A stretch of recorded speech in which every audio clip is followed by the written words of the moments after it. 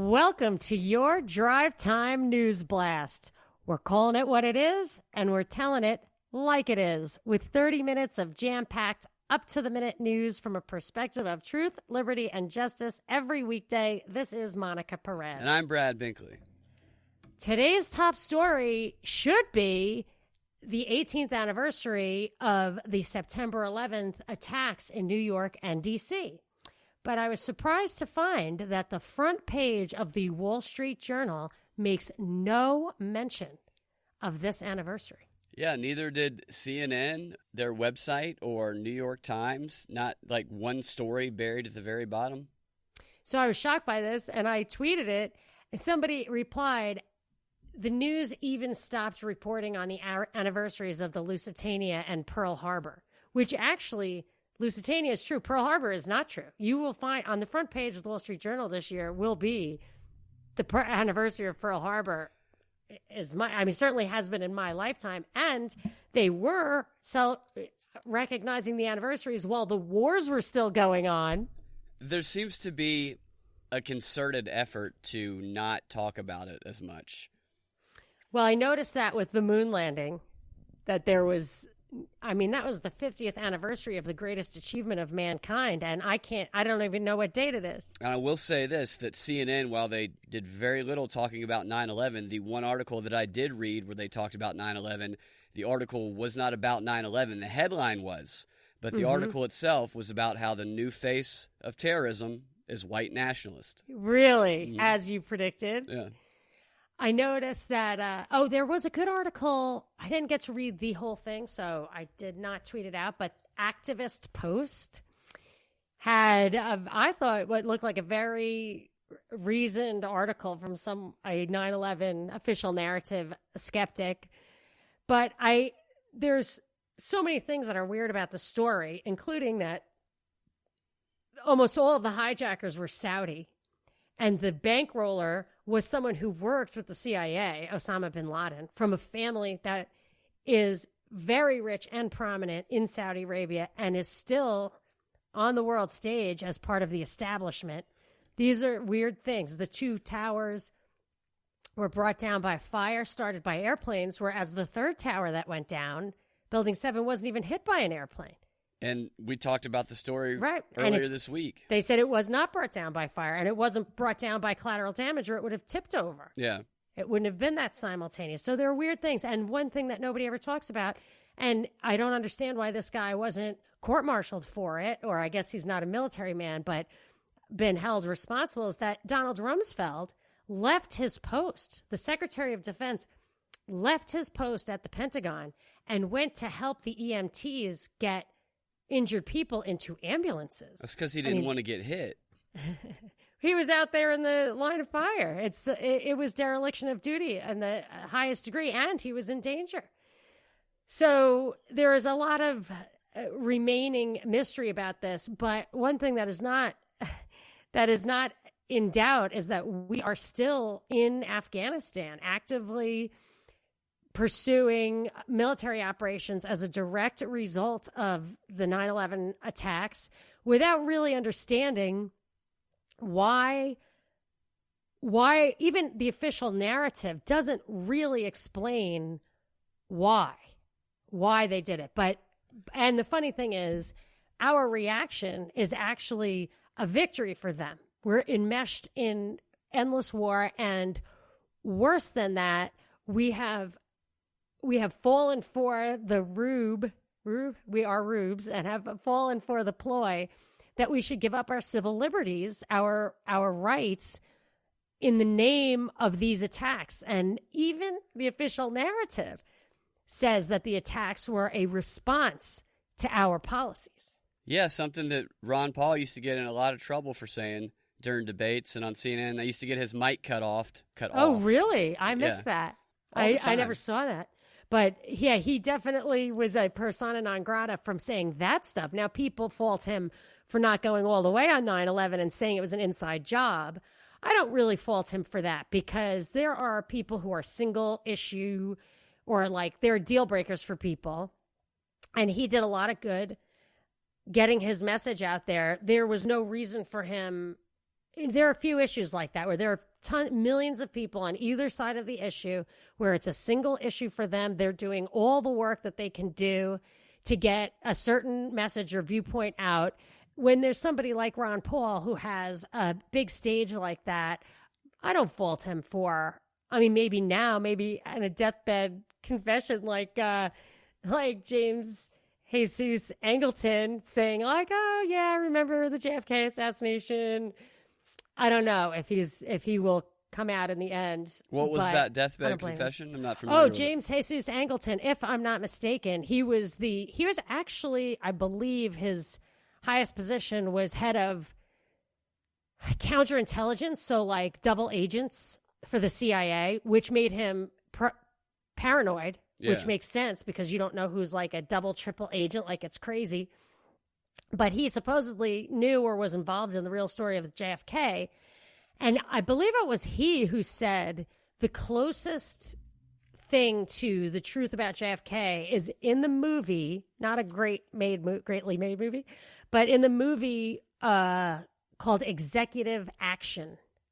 Executive Action, which I think had Peter Lawford in it. Who is it? Kennedy. No.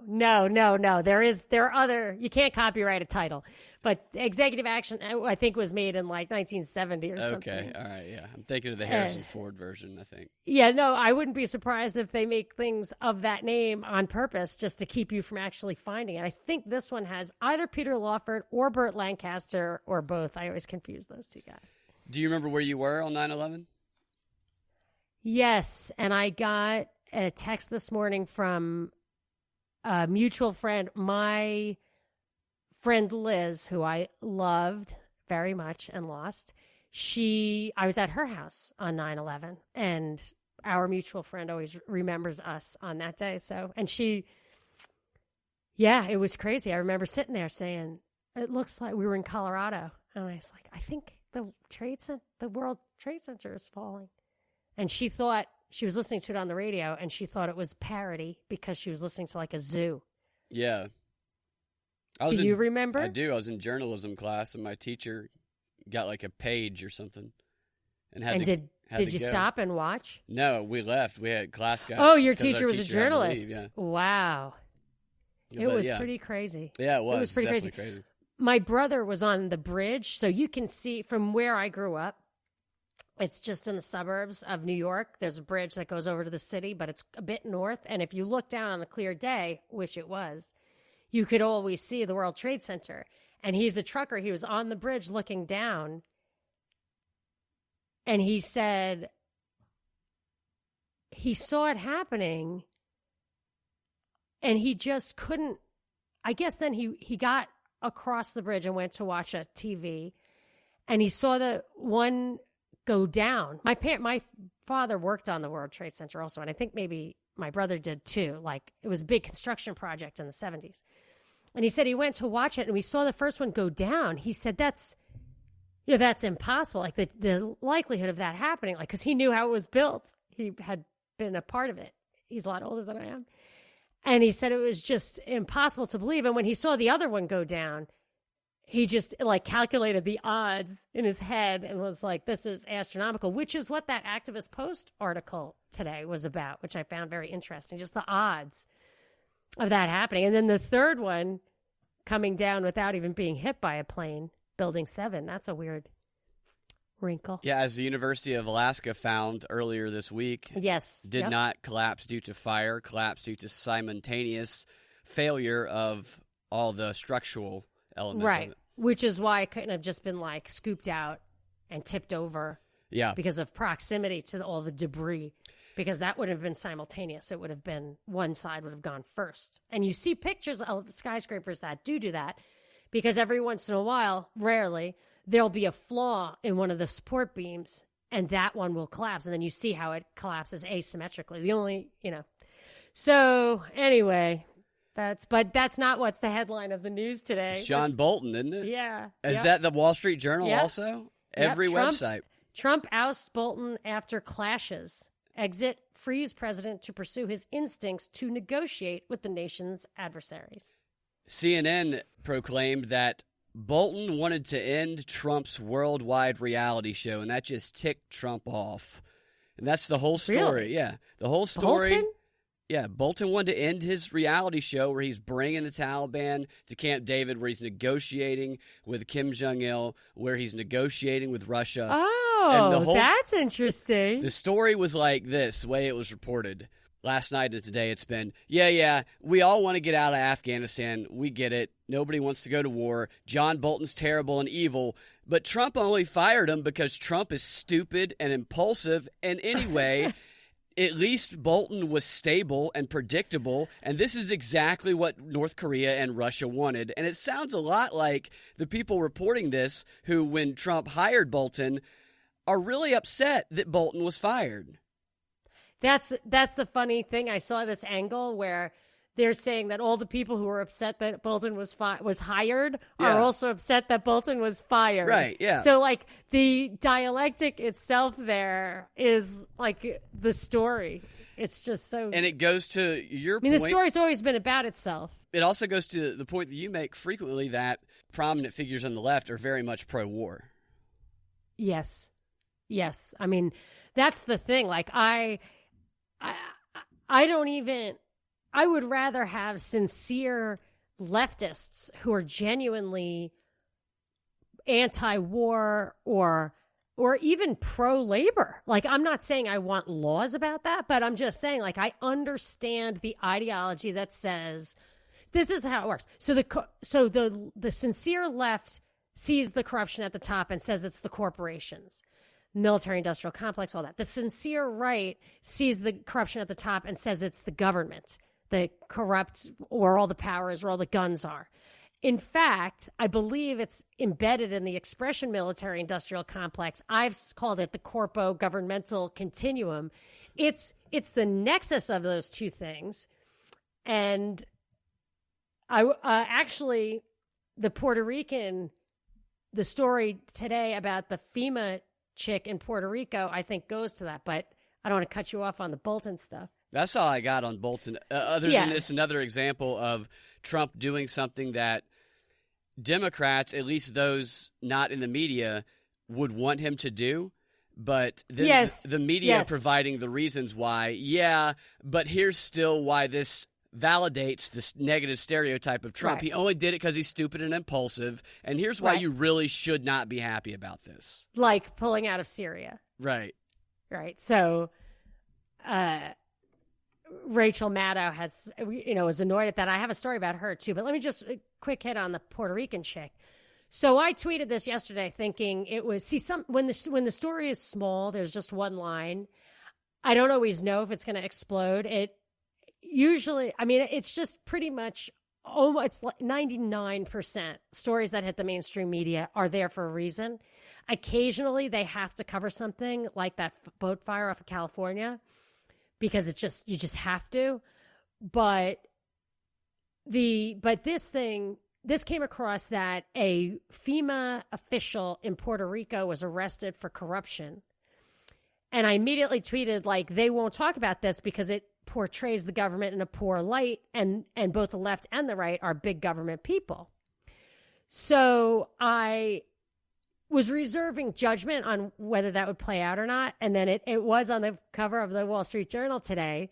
And I thought, okay, what's going on here? So there's a woman who was arrested or charged in awarding a $1.4 billion contract to a private utility company in Puerto Rico to get the lights back on.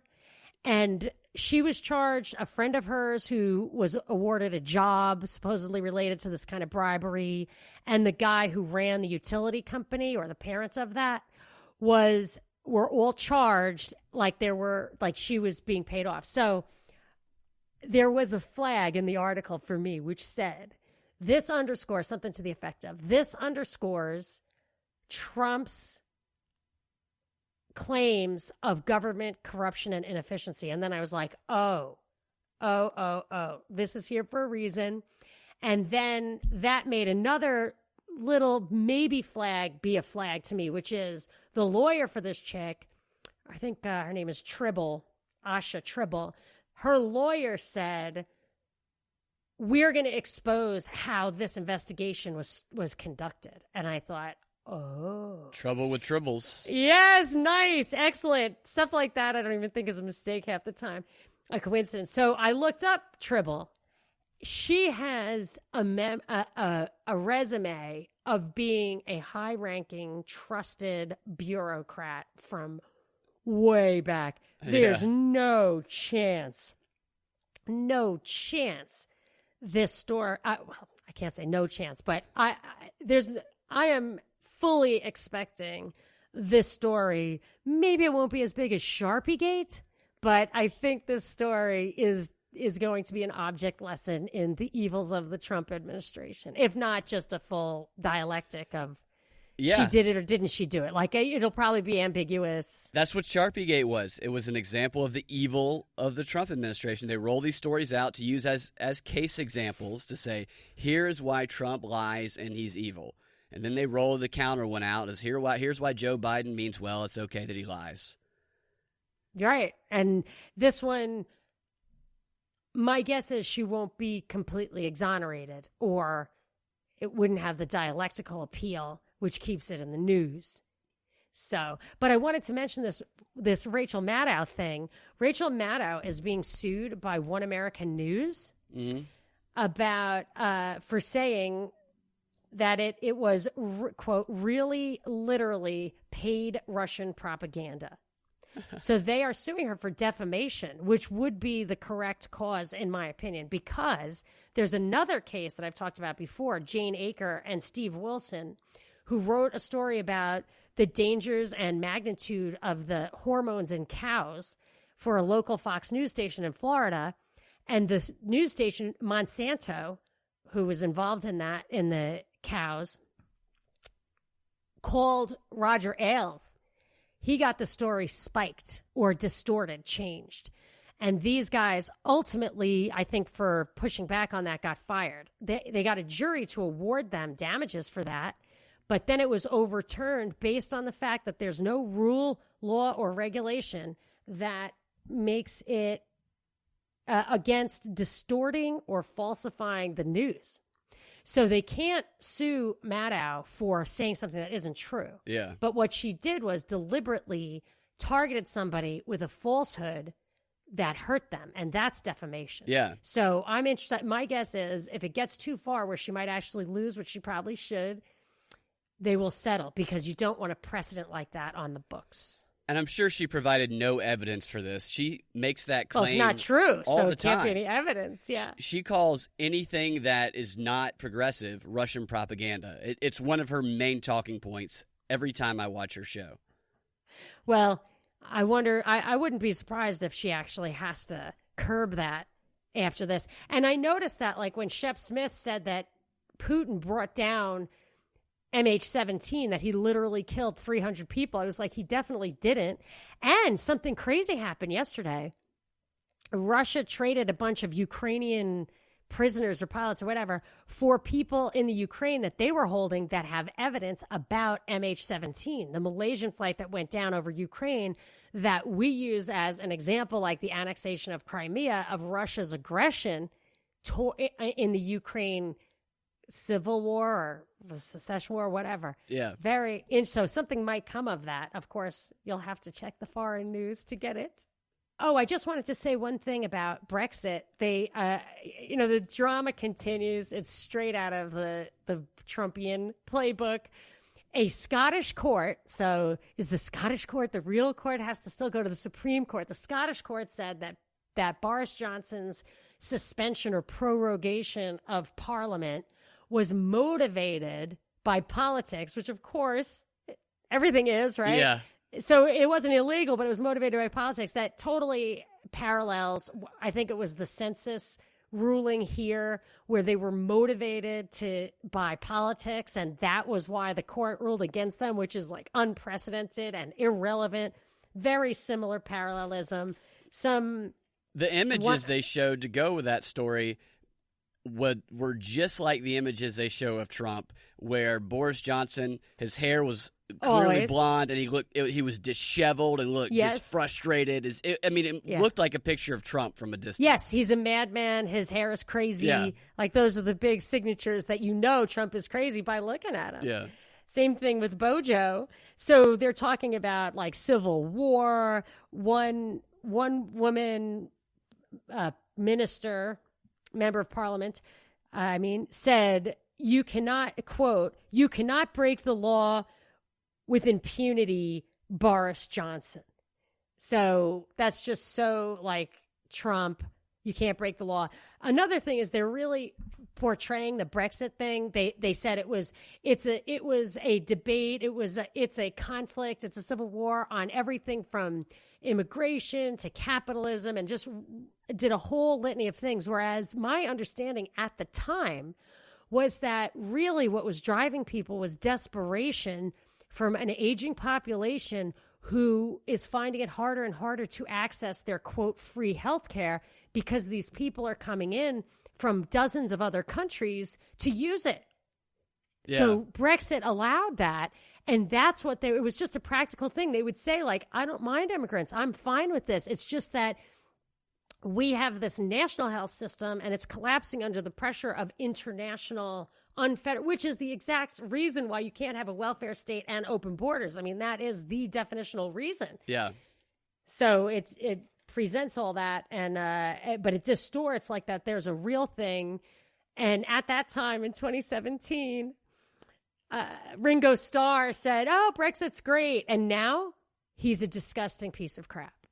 Of course. Yeah, so they just, like, he's just morally repulsive now. Like, because he had a political opinion that wasn't even, the implications weren't even fully known. It wasn't known that they were going to make it, like, the worst, most painful thing ever. He thought they would just do it. And now he has a mental illness.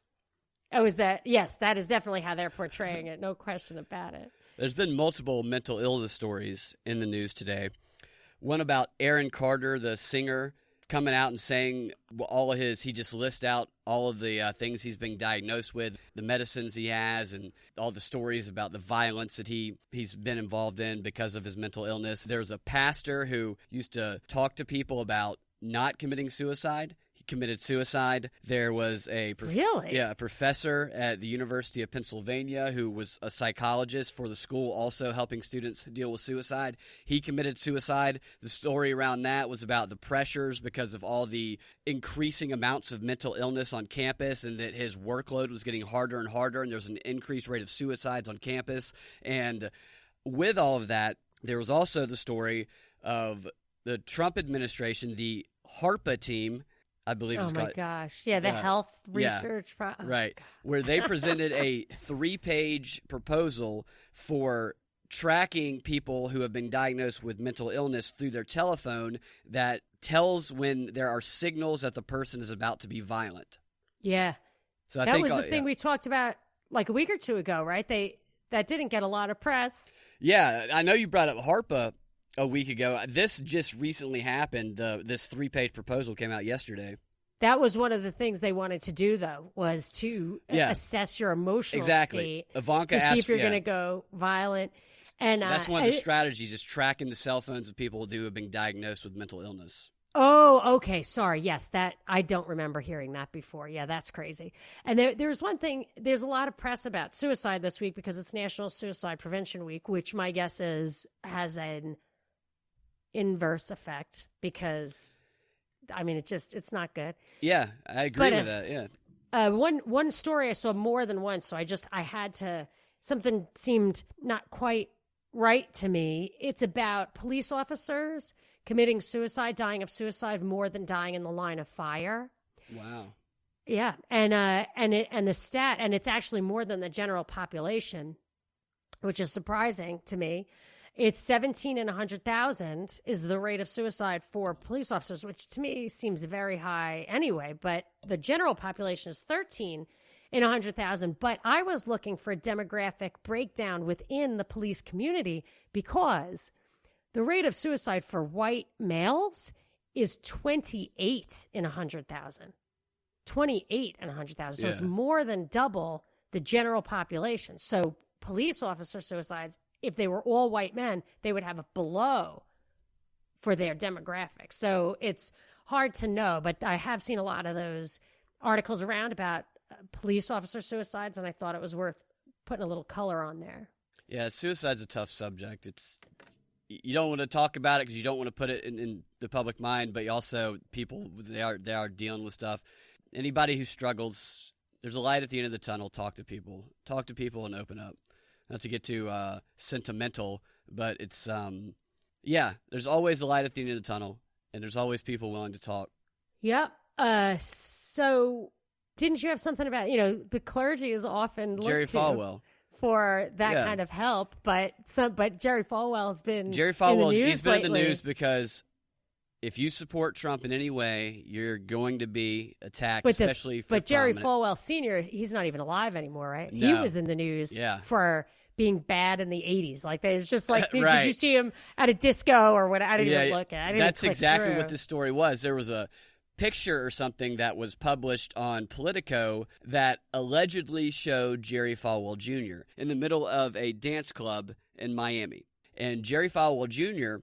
came out and said, if it's me, it's likely photoshopped. And then the person who owned the celebrity photography website came out and said, no, I went through all my treasure trove. I keep all of these photos, and I found all of these photos of not only Jerry Falwell Jr., but also of his daughter and his children and their husbands and wives, and they were drinking alcohol. So first of all, nothing wrong. Are they Baptists? He talks a lot about our Liberty's policies. He's like the head of Liberty University, very anti-alcohol. So that's the controversy there, is that he's in a bar and that one of his children is holding a drink. It's really a weird controversy, but I think that this story is an example of what we're going to see when it comes to deep fakes moving forward. You're going to see a supposed picture released. This was kind of from a distance of a prominent figure that is damning to them, and they're going to come out and say, no, that's not me. That's Photoshop. That's deepfaked. And then the person who created it or who shot it is going to say, no, it's not. Here are all my verification methods to show you that it's true. So I think this is foreshadowing some deepfake technology stuff we're going to see pretty soon. Yeah, I think you're right about the deepfake stuff being a big player in the 2020 election, because the Russian thing hasn't run its course, obviously. I think the illegitimacy of the president has been a crucial feature in presidential politics since the hanging Chad in 2000. Yeah. So for 20 years now, that's just a critical point. And the 2016 election, to the extent that it was valid or invalid, doesn't really matter if the 2020 election is valid. So if Trump is going to win or has any chance of winning, they absolutely must set the stage for another invalid election. Yep. They've already determined that. You're absolutely right. And it's going to be deep fake Russia and voter suppression. Stacey Abrams. Yes, for sure. Yes. And it'll be interesting to see how it shakes out. Now, of course, I don't have any great love or hate for Trump. I don't like the authoritarian approach, and they'll make stuff up about him. But like we were talking about, what was that headline about the vaping that just came across the wire? He wants the Trump administration is thinking about putting a ban on flavored e-cigarettes. So here's the thing. My daughter was asking me about, she's like, oh, I hear all this bad stuff about vaping. Do you think it's really bad for people? I thought it was better for Sarah. I was like, are you vaping? She's like, no, she wants to try it. And she was like, but I mean, can you die from it? And I'm like, I don't know. She's like, but you never believe the news, Mom. Like, it says in the news that it's really bad for you. And I said, I do believe that. I do believe it's bad for you. It's like, I think it's much better to, if you have to smoke something, you should be able to identify what it looked like when God gave it to us. And so just make sure that you're not smoking something that looks like a USB port, just for starters. But I mean, hopefully she's a ways away from that, but I don't know. I have a friend who was asking me about the vape stuff, and I told him my thoughts on it, which are that it could be some propaganda war with the cigarette companies, and they could be talking about black market stuff, but I don't know. I would be reluctant to do it. And he was asking me, right? And so every now and then when I see an article, I'll send it over to him, and it just drives him crazy. I'm like, hey, you asked me. I'm not making the argument. I'm just sending you what they're reporting about it. I don't know. Well, but here's my point is that he doesn't want to know. My daughter does want to know. The information is out there. But the Trump administration says we should ban it. We should decide. Why? It has nothing to do. It's none of your business. But I will say I want to have I'd like to discuss anything that is on this show, and I can find it a little difficult on Twitter because it's such a small little thing. So I want people to meet me at thepropreport.com.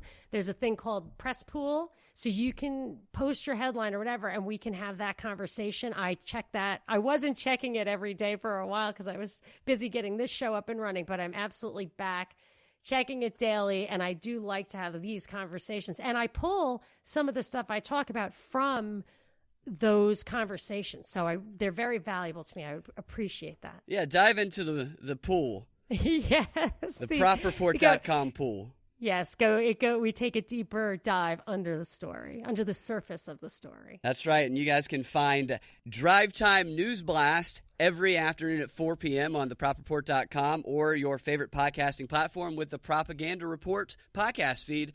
We will talk to y'all tomorrow.